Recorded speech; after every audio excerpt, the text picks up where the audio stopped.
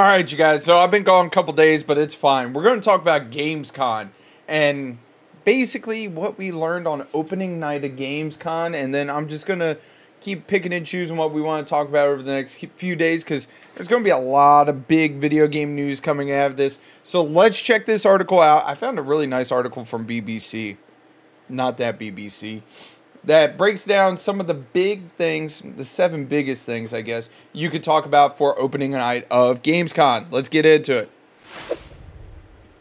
it.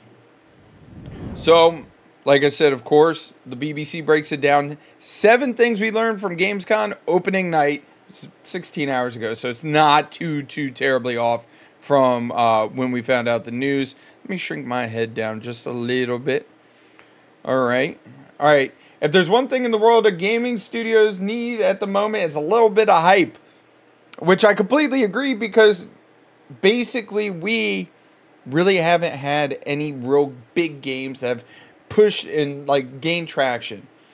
I know Wukong came out, what, last week or this week? Something like that. It's kind of like a Dark Soul-ish style type of game.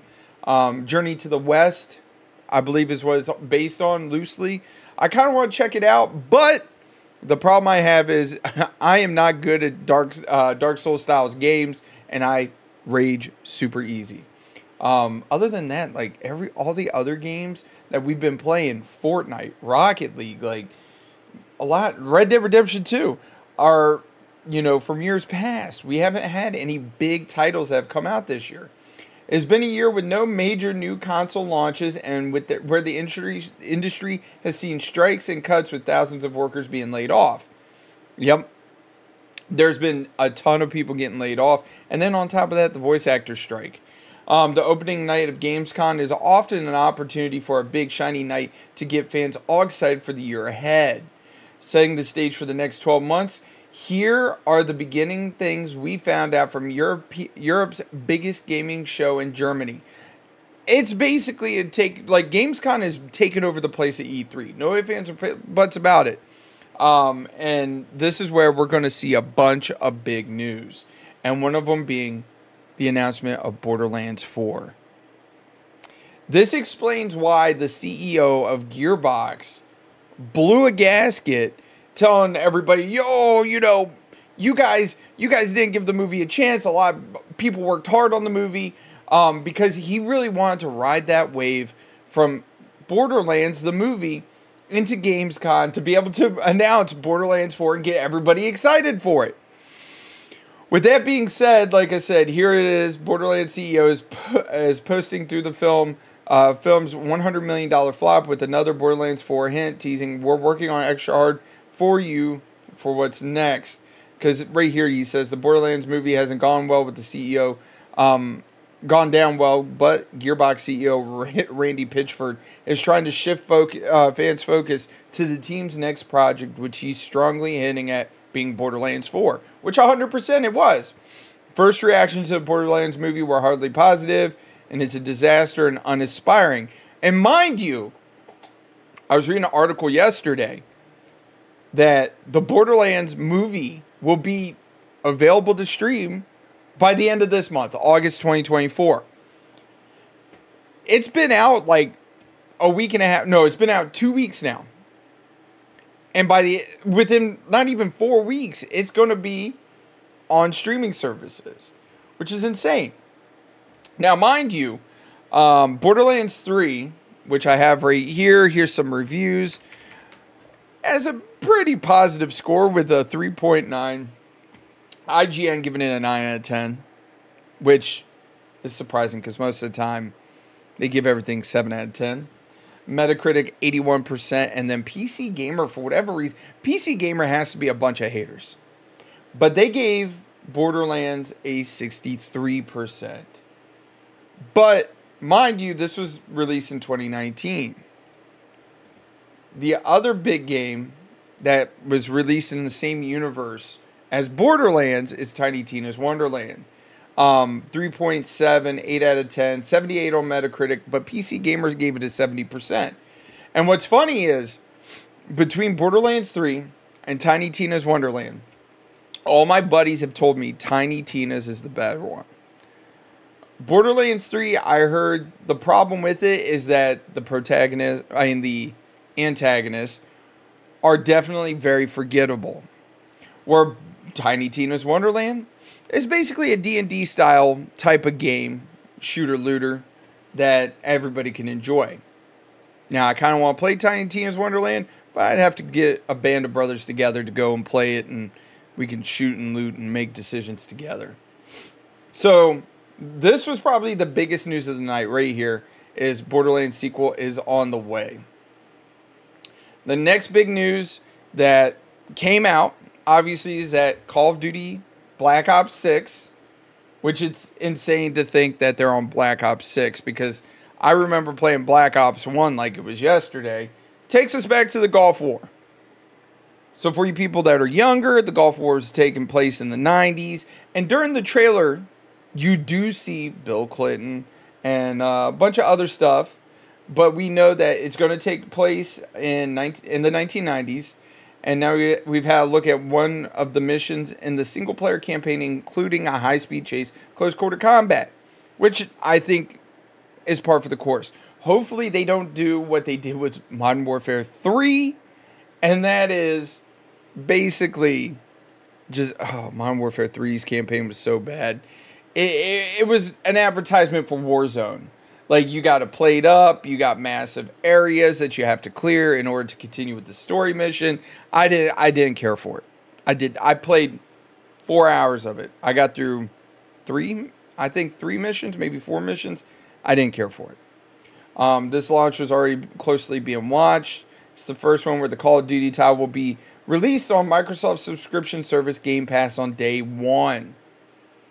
I think that's why it's going to be ultimately like closely watched, because they're going to look and see how much does it bolster the numbers of Game Pass. Mind you, it's going to be a $70 game if you're on the PlayStation. Of course, people on the PlayStation are going to buy it, but it's genuinely curious to me how many people are going with the Game Pass Ultimate. I think it's $20 a month. And if they're going with the $20 a month option, mind you, 3.5 months, they paid that $70 for said game. But you also get a ton of other games. So I think that this is definitely something to watch. Is going to be Call of Duty Black Ops 6, Modern Warfare 6. Black Ops 6, let's see how it does. And, you know, hopefully it doesn't increase the price of Game Pass anymore. Another big title. Indiana Jones gets a release date. Indiana Jones has been announced for a hot minute. It's from the Fallout maker Bethesda, now part of Microsoft. Massive collection of studios is hoping to keep excitement building for Indiana Jones games with a release date. And it's titled Indiana Jones and the Great Circle. We found out it'd be coming for before the end of the year, at least if you plan on playing it on the Xbox or the PC. For those of you, for those gamers that will get it in their hands, it will be available on 9th of December, just in time for Christmas shopping season, excuse me. There's been question marks over this, and then wouldn't be ready until the spring of 2025. I'm sorry, Bethesda. The amount of crunch time you guys are probably going through is ridiculous.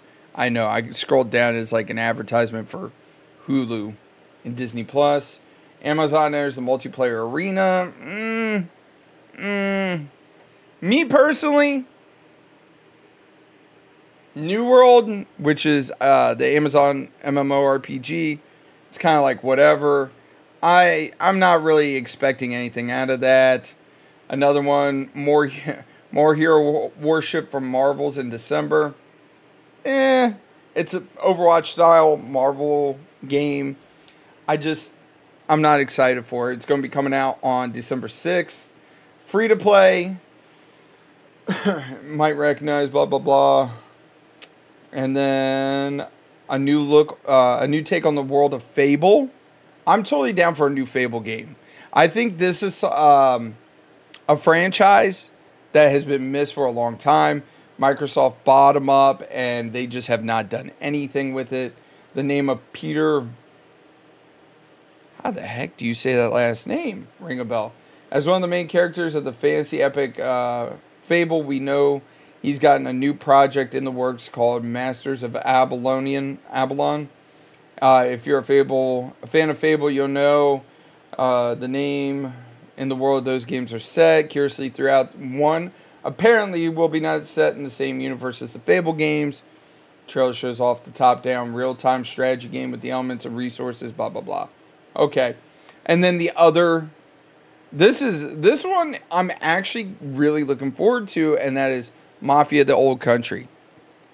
So I was reading something, I think it was on Games Radar, because this is actually set to take place in Sicily, where the Mafia was created, but we don't talk about the Mafia, remember that. One cool thing, though, is that they are talking about getting native-speaking, like, Sicilian voice actors to do the voice acting for this. And we've been promised more details in December. No surprise if that features heavily at the Game Awards. Yeah, I would not be surprised. Anyways, let's go full screen. So basically, out of the big talking points from night one, opening night, I'm excited for Borderlands 4. I'm kind of curious to see what Game Pass is going to do with the new Call of Duty game. The Indiana Jones game is coming out on the 9th of December. And Mafia. I don't care about a free-to-play Marvel game. Amazon games, like... Yeah, it's an Amazon game.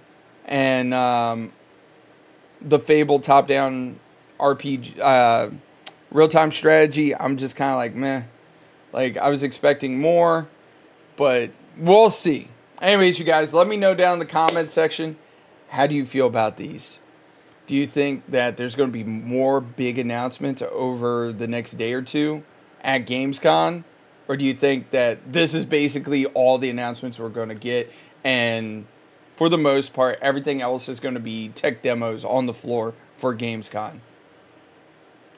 Anyways, guys, smash that like button, subscribe. We're on our way to 9,000. I can't do this stuff without you guys. You guys are awesome. You guys are killing the game for me. Keep doing what you're doing. Until next time, I'll catch you guys later. Bye.